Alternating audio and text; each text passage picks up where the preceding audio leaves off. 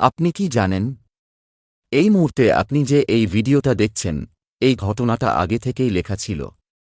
শুধু কি তাই, অনেক আগে থেকেই আপনার নাম, আপনার কাজ, এমনকি আপনার মৃত্যু পর্যন্ত সমস্ত কিছু লেখা আছে। হ্যাঁ, আকাশ, পৃথিবী, মানুষ, সমস্ত কিছু সৃষ্টি হওয়ার আগে আল্লাহ সব কিছু লিখে রেখেছেন একটি সংরক্ষিত কিতাবে।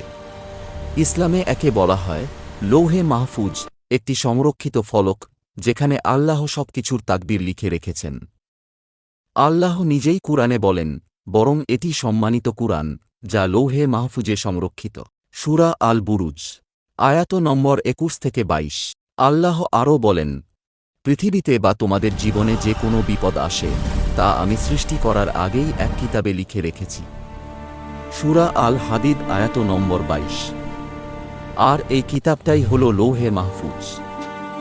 রাসূল সাল্লাল্লাহু আলাইহি ওয়াসাল্লাম বলেছেন, আল্লাহ আসমান ও জমিন সৃষ্টি করার ৫০ বছর আগেই সমস্ত তাকদীর লিখে রেখেছেন। এবার মনের ভিতর প্রশ্ন আসতেই পারে যে আমরা তাহলে দোয়াই বা কেন করি যখন আগে থেকেই সব লেখা আছে। তাহলে শুনুন, দোয়া কেন করি। রাসূল সাল্লাল্লাহু আলাইহি ওয়াসাল্লাম বলেছেন, দোয়া তাকদীরকে পরিবর্তন করে, আর নেক আমল আয়ু বাড়ায়। জেনে রাখুন, দোয়াও তাকদীরের অংশ।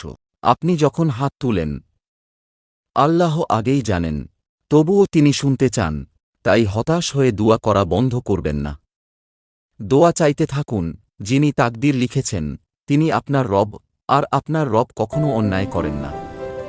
এবার নিজেকে বলুন তো আপনি আজ শেষ কবে মন থেকে দোয়া করেছেন।